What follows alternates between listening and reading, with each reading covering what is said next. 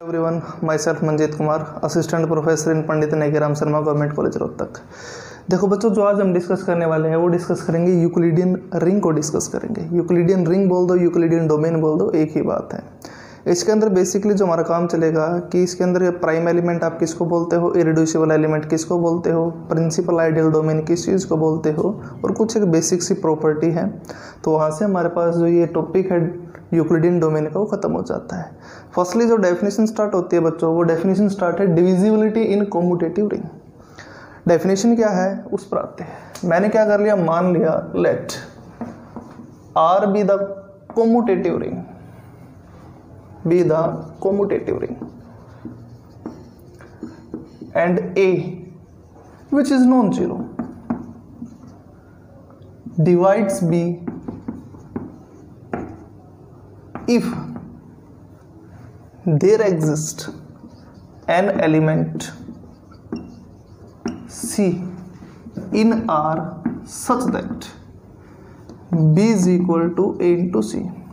मतलब डेफिनेशन क्या बोलते हैं बच्चों, वो ये है कि मान लिया R हमारे पास क्या है, कोई भी कॉम्यूटेटिव रिंग है जहाँ पर A है कैसा नंबर है, एलिमेंट है, नॉन जीरो एलिमेंट है, और B आपके पास क्या है, अनदर मेंबर है किसका, आर का है। जो ए है वो बी को कब डिवाइड करेगा, ए बी को तभी डिवाइड करेगा अगर रिंग के अंदर से आपको एक ऐसा एलिमेंट मिलता हो सी सच दैट जो इस कंडीशन को सेटिस्फाई करता हो, तो उस केस के अंदर जो ए है वो डिवाइड करेगा बी को। एग्जाम्पल के थ्रू चलते हैं तो उसके कोरिस्पोंडिंग क्या है, जैसे कि सपोज कर लिया, मैंने क्या कर लिया, मान लिया जेड मेरे पास क्या है, कोई इंटीजर का सेट है। इंटीजर का सेट है तो मैंने क्या कर लिया, एक मेंबर उठाया यहाँ से, मान लिया मैंने 2 उठा लिया और एक उठा लिया, 4 उठा लिया। अब मुझे ये चीज़ चेक करना है कि 2 है वो 4 को डिवाइड करता है फिर नहीं करता है। देखो बच्चों, मैं 4 को कैसे लिख सकता हूँ, 2 into 2 लिख सकता हूँ, जहाँ पर 2 है किसके अंदर एलिमेंट है, जेड का एलिमेंट है। तो इसका मतलब ये है कि 2 है कैसा है, नॉन जीरो एलिमेंट है, वो डिवाइड करता है 4 को। क्यों, कैसे, कब करता है, किस लिए करता है, क्योंकि 2 के लिए हमें एक ऐसा इंटीजर मिल जाता है, 2 ही मिल जाता है जिसके लिए आपके पास ये कंडीशन सेटिस्फाई होती है। तो इसका मतलब ये है 2 है वो डिवाइड करेगा किसको, 4 को। सिमिलरली अगर मुझे ये चीज़ चेक करनी है कि 2 है वो 5 को डिवाइड करता है फिर नहीं करता है। देखो बच्चों, 2 आपके पास कैसा है, नॉन जीरो एलिमेंट है। बात दरअसल ये थी कि 2 है वो 5 को डिवाइड कब करेगा, 5 को तो डिवाइड तभी करेगा अगर 2 को किस चीज़ से मल्टीप्लाई कर दिया जाए कि जो उनकी प्रोडक्ट है किसके इक्वल बनता हो, 5 के इक्वल बनता हो। जो यहाँ पर ये एलिमेंट है जो आप यहाँ पर फिलअप करोगे वो किसका बनना चाहिए, इंटीजर बनना चाहिए। अब देखो बच्चों, यहाँ पर मैं 5/2 भर सकता हूँ, मतलब 5/2 यहाँ पर पुट करता हूँ तो कैंसिल होकर आपके पास वैल्यू क्या बनती है, 5 बनती है। But 5/2 is not the member of Z, तो दैट इंप्लाइज यहाँ से क्या बनता है कि जो 2 है वो डिवाइड नहीं करता 5 को। तो सिमिलरली अगर मैं आर की जगह पर क्या ले लेता हूँ, क्या ले लेता हूँ, रैशनल नंबर का सेट ले लेता हूं, तो उस केस के अंदर 2 है वो 5 को डिवाइड करता है। कैसे करता है उसे इस पर आते हैं।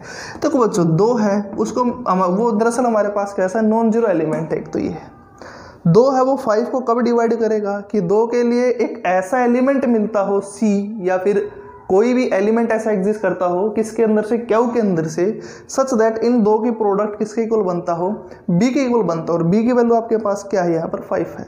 तो इसका मतलब ये है कि आपको 2 को किससे मल्टीप्लाई करना है कि 5 बनता हो। तो इसका मतलब 5/2 से मल्टीप्लाई करूँगा मैं, ताकि मेरे पास वैल्यू क्या बन जाए, इसकी 5 बन जाए। और 5/2 किसका मेंबर है, क्यू का ही मेंबर है। तो इसका मतलब ये है कि 2 है वो डिवाइड करता है 5 को किसके अंदर, क्यू के अंदर डिवाइड करता है, बट जेड के अंदर नहीं करता डिवाइड।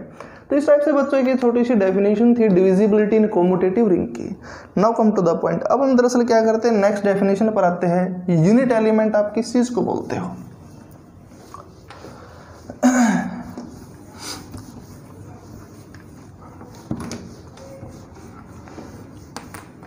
डेफिनेशन हमारे पास क्या है यूनिट एलिमेंट की, ये है।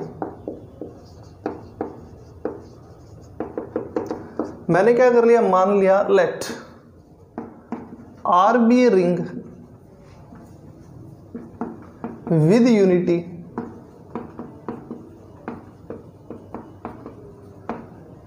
आर। मैंने क्या कर लिया, मान लिया मेरे पास क्या कोई रिंग है जिसके अंदर क्या है, यूनिटी है। यूनिटी मतलब मल्टीप्लिकेटिव आइडेंटिटी प्रेजेंट है आर के अंदर।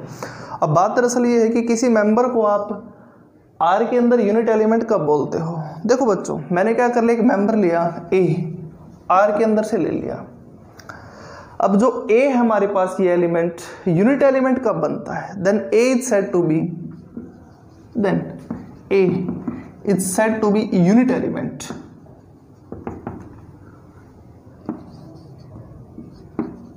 if there exists an element B in R such that A into B is equal to 1। देखो वो तो डेफिनेशन क्या बोलते हैं यूनिट एलिमेंट की, कि कोई मेंबर है A, किसका है? R का है, जहाँ पर R आपके पास है कोई रिंग विद यूनिटी है।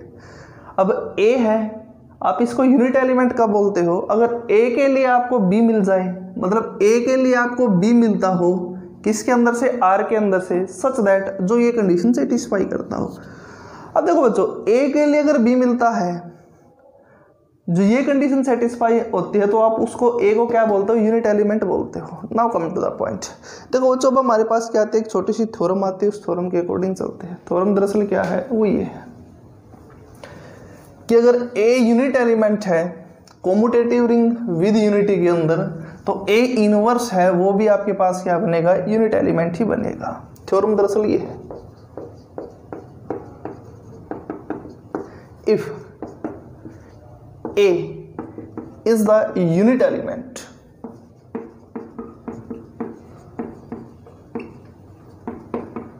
in commutative ring with unity or in commutative ring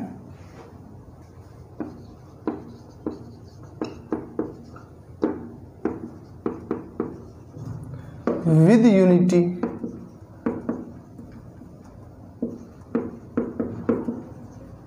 R, then A inverse is also the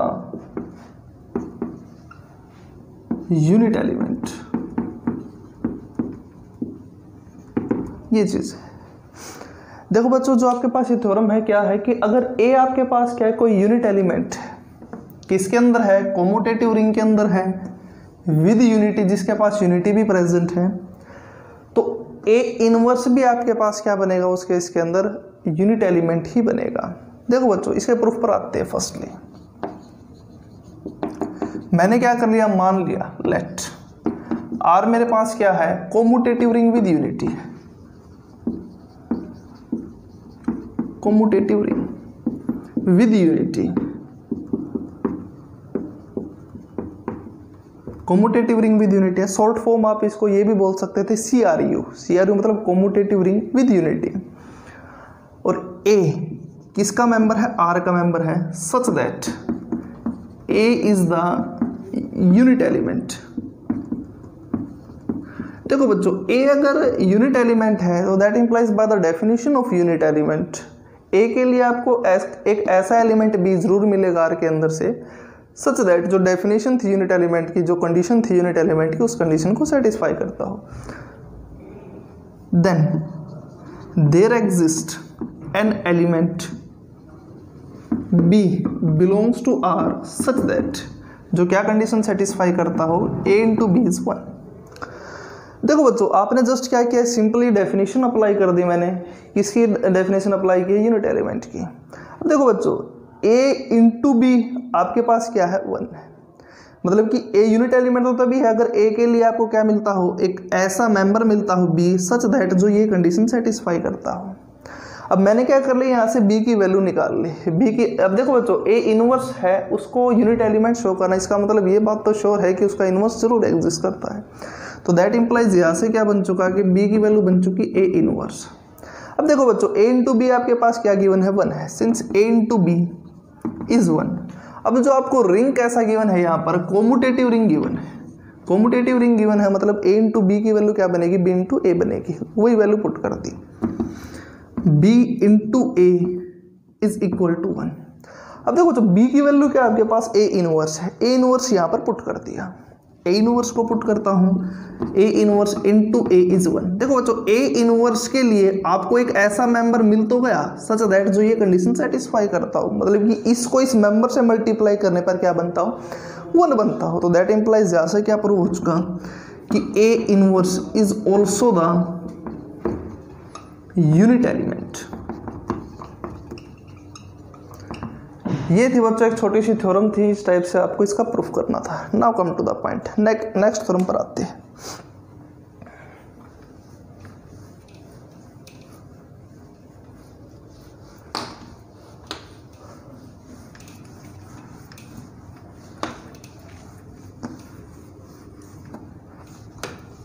देखो जो नेक्स्ट थ्योरम क्या है वो ये है कि the product of two unit element, the product of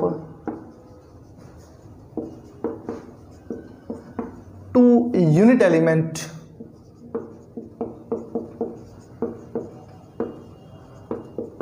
in the commutative ring with unity, in the commutative ring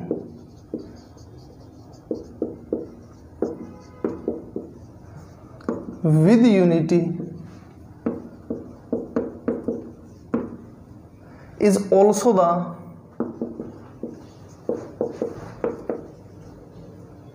unit element।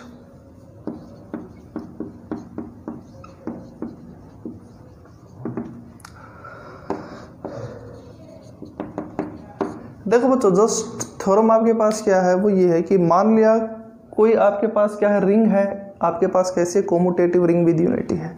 Just simply इस type से है।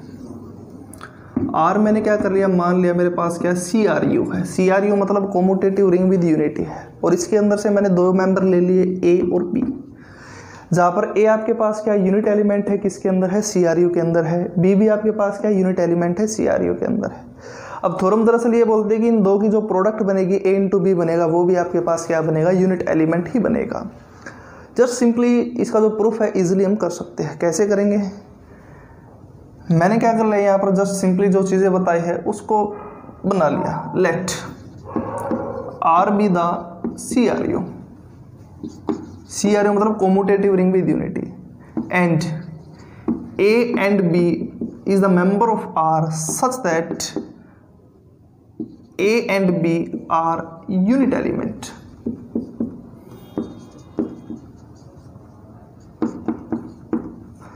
देखो बच्चों A और B आपके पास क्या है, 2 मेंबर है, किसके है, R के है, जहां पर R आपके पास क्या कोमोटेटिव रिंग विद यूनिटी है। अब मेरा तो दरअसल जो टारगेट है A इंटू बी को शो करना है कि ये भी आपके पास क्या बनेगा, यूनिट एलिमेंट ही बनेगा। अब देखो बच्चों A इंटू बी को यूनिट एलिमेंट कैसे शो करेंगे। अब A इंटू बी के लिए अगर आपको ऐसा मेंबर मिलता हो R के अंदर से such that A into b को मेंबर से, उस मेंबर से मल्टीप्लाई करने पर 1 बनना चाहिए, the simply definition of unit element उस कंडीशन को सेटिस्फाई करता हो। अब देखो बच्चों A और B आपके पास क्या यूनिट एलिमेंट है, तो that implies by the definition of unit element there exist an element C and D such that A into C is 1 and B into D is 1। ये है जस्ट डेफिनेशन ही apply किया बच्चों मैंने unit element की। अब देखो बच्चों A into सी आपके पास क्या है, 1 है, B इंटू डी भी आपके पास क्या है, 1 है। मैंने क्या कर लिया, इन दोनों की मल्टीप्लाई कर दी, और ये A और C और D किसके मेंबर है, R के मेंबर है। जस्ट इन दोनों की मल्टीप्लाई कर दिया कि A into C into B into D is 1 into 1 is 1। देखो जो A इंटू सी है और इंटू बी इंटू डी है, उसकी वैल्यू आपके पास क्या 1 है। मैंने क्या कर लिया, एसोसिएटिविटी का यूज कर लिया, because R is a ring, तो that implies you can easily take the property of associativity. That implies यहाँ से क्या बन चुका, A into C into B into D is 1। अब देखो बच्चों आर आपके पास कैसा गिवन है, कोमोटेटिव भी गिवन है, कोमोटेटिव गिवन है, तो दैट इंप्लाइज इसके हर मेंबर आपस में एक दूसरे के साथ क्या करते हैं, कोम्यूट करते हैं। अब देखो बच्चों सी और बी किसके मेंबर हैं, ए भी मेंबर, बी भी मेंबर है आर का, सी और डी भी मेंबर है आर का, तो that implies both all these member of R are commute with each other. तो दैट इंप्लाइज यहाँ से सी इंटू बी है, बी इंटू सी के इक्वल बनता है, इसी प्रॉपर्टी का यूज कर लिया। यहाँ से बन चुका A into B into C into D is 1। फिर से मैंने क्या कर लिया, associativity A B into C D into 1। देखो बच्चों, सी और डी आपके पास क्या है, मेंबर है किसके, आर के है, क्योंकि जस्ट यहाँ पर जो कंडीशन थी वही ली है। अब आर आपके पास क्या है, रिंग है, तो that implies it satisfy the closure property with respect to the multiplication, तो दैट इंप्लाइज यहाँ से सी इंटू डी है वो भी किसका मेंबर बनेगा, आर का बनेगा। और ए इंटू बी है आपके पास किसका मेंबर है, आर का है, फिर से वही बात, closure property with respect to multiplication, तो that implies A into B भी किसका मेंबर है, आर का है। अब देखो बच्चों, ए इंटू बी आपके पास मेंबर था, आर का था, और ए इंटू बी के लिए एक ऐसा मेंबर आपको मिल चुका सी इंटू डी किसके अंदर, आर के अंदर, सच दैट जो क्या कंडीशन सेटिस्फाई करता हो, यूनिट एलिमेंट की कंडीशन सेटिस्फाई करता हो, तो दैट इंप्लाइज यहाँ से क्या बन चुका कि A into B is the unit element. ये चीज थी, तो इसका मतलब ये है बच्चों, आपके पास जो थ्योरम थी जो सिंपली थी कि दो प्रोडक्ट है किस चीज़ की, यूनिट एलिमेंट की, कम्यूटेटिव रिंग विद यूनिटी के अंदर, तो उनकी प्रोडक्ट भी आपके पास क्या बनती है, यूनिट एलिमेंट ही बनती है। इस टाइप से इसका एक छोटा सा प्रूफ था, इसको ईजिली हम क्या कर सकते थे, बना सकते थे। Now come to the point, अब हम क्या करते हैं, नेक्स्ट पर आते हैं, नेक्स्ट थ्योरम पर आते हैं, किस टाइप से करेंगे।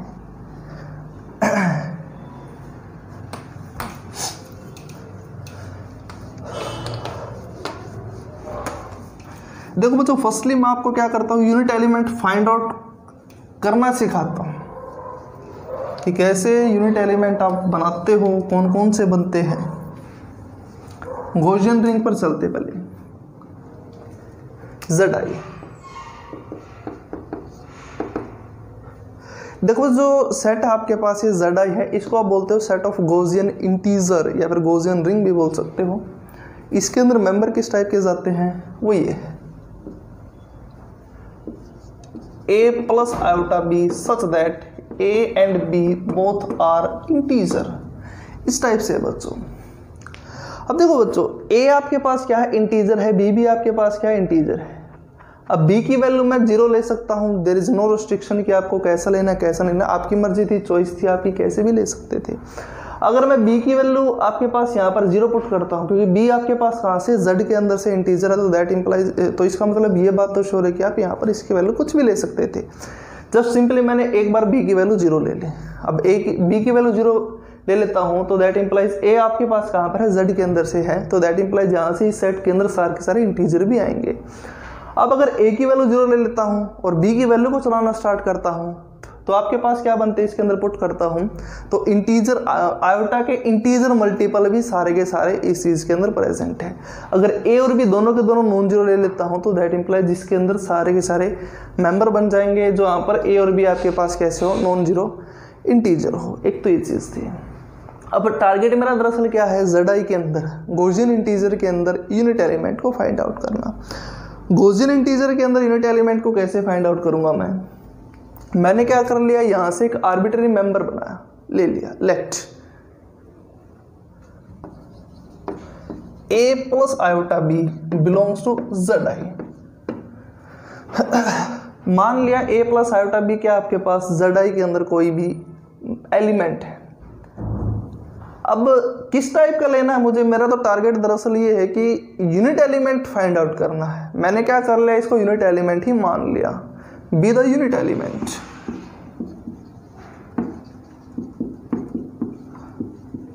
अब a प्लस आयोटा भी आपके पास यूनिट एलिमेंट है, तो इसका मतलब ये बात तो श्योर है कि a प्लस आयोटा b को, a प्लस आयोटा b के लिए एक ऐसा मेंबर इसके अंदर जरूर प्रेजेंट है जिसको इसके साथ मल्टीप्लाई करते हो तो 1 बनता हो। तो that implies there exist an element c plus iota d belongs to Z I such that, क्या कंडीशन सेटिस्फाई करे, वो ये कि a plus iota b into c plus iota d is equal to 1। ये चीज़ थी। मैंने जस्ट क्या कर लिया, दोनों साइड कॉन्जुगेट ले लिया। कॉन्जुगेट लेता हूं तो आपके पास क्या सिचुएशन बनती है, वो ये a minus iota b into c minus iota d is equal to 1। अब इन दोनों की मल्टीप्लाई करवा दी। अब इन दोनों की मल्टीप्लाई करते हैं तो और सोल्व करते हैं तो अल्टीमेटली आपके पास ये वैल्यू बन जाती है। अब देखो बच्चों, a प्लस आयोटा भी आपके पास का यूनिट एलिमेंट है, बट मेरा टारगेट तो ये है कि a प्लस आयोटा b आपके पास यूनिट एलिमेंट है और इसके अंदर सारे के सारे यूनिट एलिमेंट फाइंड आउट करने हैं मुझे, तो इसका मतलब यहाँ पर ए और बी की वैल्यू फाइंड आउट करना दरअसल मेरा टारगेट है। क्योंकि अगर मैं ए और बी की वैल्यू फाइंड आउट कर लेता हूँ, जितनी सारे की सारी चॉइसेस बनती है उनको फाइंड आउट कर लेता हूँ और यहाँ पर पुट कर देता हूँ, तो सारे के सारे मेरे पास क्या बन जाएंगे, यूनिट एलिमेंट आ जाएंगे किसके, Zi के। अब देखो बच्चों, दो चीज़ की प्रोडक्ट आपके पास 1 है यहाँ पर, तो दैट इम्प्लाइज इसको 1 बनना पड़ेगा। तो दैट इम्प्लाइज यहाँ से क्या बन चुका, a² + b² is equal to 1। अब देखो बच्चों, a + आयोटा b Zi का मेंबर है, तो दैट इम्प्लाइज a और b आपके पास क्या है, इंटीजर थे। अब इसके सॉल्यूशन मुझे फाइंड आउट करने हैं और इंटीजर सॉल्यूशन फाइंड आउट करने हैं। अब देखो बच्चों, ये भी आपके पास क्या है, इंटीजर है a b, और b भी इंटीजर है। अगर मैं b की वैल्यू 0 पुट कर देता हूं तो a की वैल्यू क्या बनती है, +-1। इफ, या फिर अगर इसको ज्योमेट्रिकली अगर मैं देखना चाहूं तो मेरा तो दरअसल टारगेट है इसके सॉल्यूशन फाइंड आउट करना, वो भी कैसे, इंटीजर सॉल्यूशन। अब अगर देखा जाए तो ये हमारे पास जो सिंपली क्या है, इक्वेशन है, किस चीज़ की इक्वेशन है, एक सर्कल की इक्वेशन है जिसका सेंटर क्या है, ओरिजिन है, और रेडियस क्या है, 1 है। तो दैट इम्प्लाइज का मैंने क्या कर लिया, ज्योमेट्रिकली इसको रिप्रेजेंट कर दिया, सेंटर 0, रेडियस 1, ये बना दिया सर्कल। ये आपके पास क्या है, 1 0, ये -1 0, और ये आपके पास क्या है, 0 और 1, ये है 0 -1। अब देखो बच्चों, हमें तो ये पता है कि सर्कल के ऊपर इंटीजर पॉइंट और इंटीजर सॉल्यूशन दोनों, मतलब a और b दोनों पोजीशन जो आपके पास कोऑर्डिनेट है, दोनों के दोनों इंटीजर सिर्फ और सिर्फ इन 4 पोजीशन पर ही है और कहीं पर नहीं बनते, हमें ये इजीली पता है। सॉलिड ज्योमेट्री के अंदर बहुत बार इन चीज़ों को भी डिस्कस कर चुके हैं। तो इसका मतलब ये है कि इसके तो सिर्फ और सिर्फ 4 चॉइसेस ही बनती है। कौन कौन सी बनती है, a की वैल्यू आपके पास फर्स्ट पॉइंट जो फर्स्ट पोजीशन थी वो आपके पास a था, सेकंड पोजीशन आपके पास क्या है, b है। तो इसका मतलब a की वैल्यू 1 और -1, मतलब b की वैल्यू अगर आप 0 लेते हो तो a की वैल्यू बनती है 1 और -1। अब यहाँ पर अगर a की वैल्यू 0 लेते हो तो b की वैल्यू क्या बनती है, 1 और -1। तो दैट इम्प्लाइज यहाँ से क्या बन चुका कि इफ b इज 0 तो that implies a is equal to +-1, and if a is equal to 0 then b is equal to +-1। ये जो केस बनते थे यहाँ पर पुट कर दिए मैंने, मतलब कि अगर b की वैल्यू 0 है तो a की वैल्यू क्या है, +-1 इसके अंदर पुट कर दिया। तो दैट इम्प्लाइज कौन कौन से पॉइंट बन चुके, 1 और -1, ये 2 पॉइंट। अब अगर a की वैल्यू 0 है तो b की वैल्यू क्या आपके पास +-1 है, वो पुट कर दिया। मतलब अगर a 0 है तो b +-1, मतलब यहाँ पर बनेगा आयोटा और minus iota.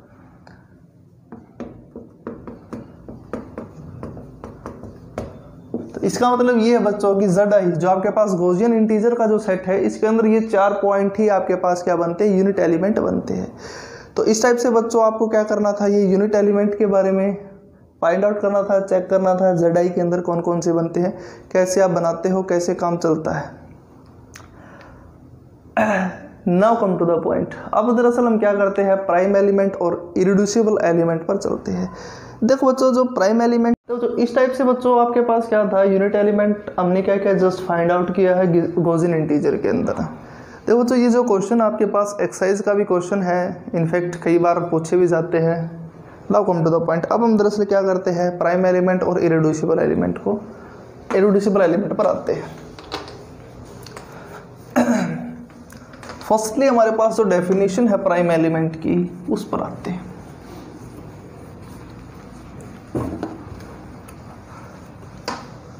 Prime element,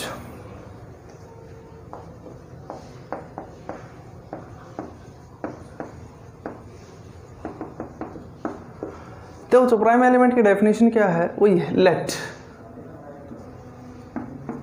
R be the CRU मतलब commutative ring with unity, an element P belongs to R, then P is the prime element.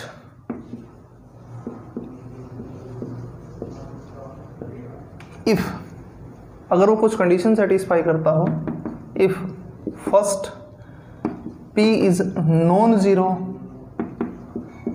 and non-unit element.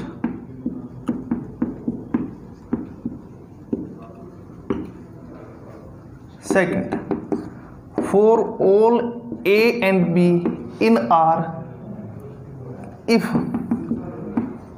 P divide A into B implies that या तो P A को divide करता हो या P B को divide करता हो। देखो बच्चों, जो डेफिनेशन हमारे पास क्या प्राइम एलिमेंट की वो ये है कि मान लिया R हमारे पास क्या कोमूटेटिव रिंग विद यूनिटी है, कोई मेंबर है P R के अंदर से है।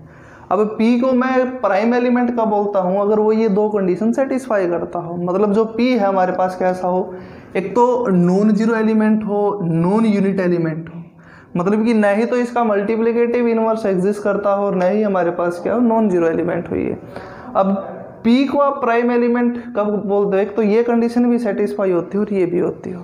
सेकंड कंडीशन में क्या, अगर P दो चीज़ की प्रोडक्ट को डिवाइड करता है तो कम से कम एक को श्योरली डिवाइड करना चाहिए। तो इसका मतलब कोमूटेटिव रिंग के अंदर कोई भी एलिमेंट इन दो कंडीशन को सेटिस्फाई करता है तो आप उसको क्या बोलते हो, प्राइम एलिमेंट बोलते हो। Now come to the point. अब हमारे पास क्या आती है, एक डेफिनेशन आती है इररिड्यूसिबल एलिमेंट की। देखो बच्चों, जो इररिड्यूसिबल एलिमेंट की डेफिनेशन क्या है, इसी टाइप की हिस्सी है, प्राइम एलिमेंट के जैसी ही है इररिड्यूसिबल एलिमेंट।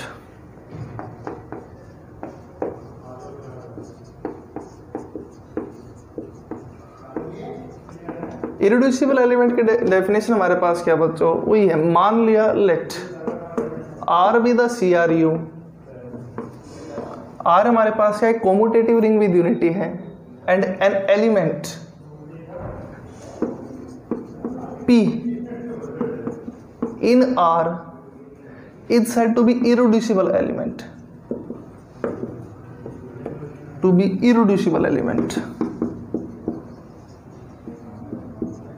If देखो बच्चों, डेफिनेशन क्या है वो ये है कि मान लिया R हमारे पास क्या है, कोई कोमूटेटिव रिंग विद यूनिटी है। अब R को आप कोमूटेटिव रिंग विद यूनिटी बोल रहे हो यहाँ पर, और जो P है उसको आप इररिड्यूसिबल एलिमेंट कब बोलते हो, इररिड्यूसिबल एलिमेंट कब बोलते हो, अगर वो भी आपके पास क्या करता हो, कुछ कंडीशन को सेटिस्फाई करता हो। फर्स्ट कंडीशन मेरे पास क्या है वो ये है कि P कैसा होना चाहिए, non zero and non unit element.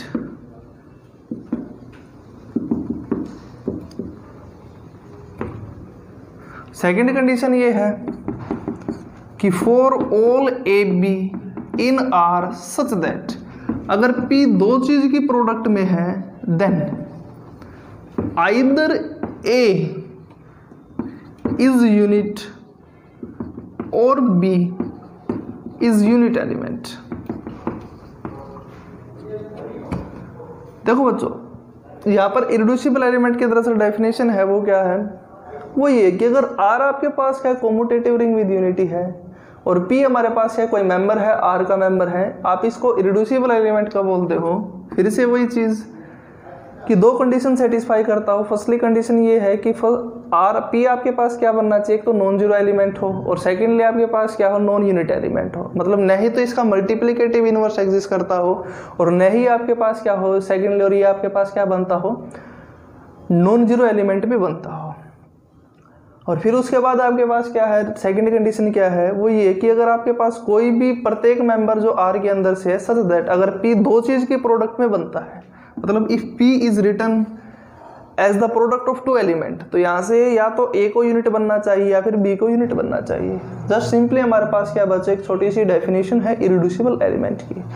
Now come to the point. अब हम क्या करते हैं, जस्ट एक छोटे से एग्जाम्पल के थ्रू चलते हैं। देखो बच्चों, आप ऐसे भी बोल सकते थे, आपने जो डेफिनेशन बनाई है प्राइम एलिमेंट की बनाई थी, प्राइम एलिमेंट के लिए हमने क्या लिखा था कि अगर P दो चीज की, P आपके पास क्या फर्स्ट कंडीशन में नॉन जीरो और नॉन यूनिट एलिमेंट हो।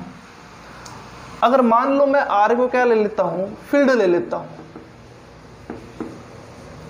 फील्ड है तो इसका मतलब ये बात तो श्योर है कि इसके अंदर हर नॉन जीरो एलिमेंट का मल्टीप्लिकेटिव इनवर्स एग्जिस्ट करता है। अब मल्टीप्लिकेटिव इनवर्स एग्जिस्ट करता है तो उसी को आप क्या बोलते हो, यूनिट एलिमेंट बोलते हो दरअसल।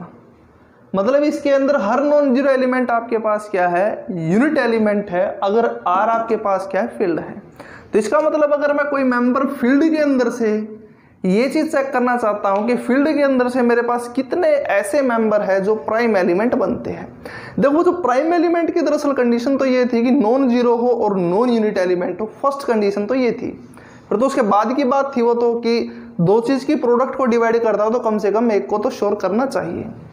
अब मुझे तो ये पता है कि R अगर आपके पास फील्ड है तो उस केस के अंदर हर नॉन जीरो एलिमेंट का मल्टीप्लिकेटिव इनवर्स एग्जिस्ट करता है, मतलब कि हर नॉन जीरो एलिमेंट आपके पास क्या है, यूनिट एलिमेंट है।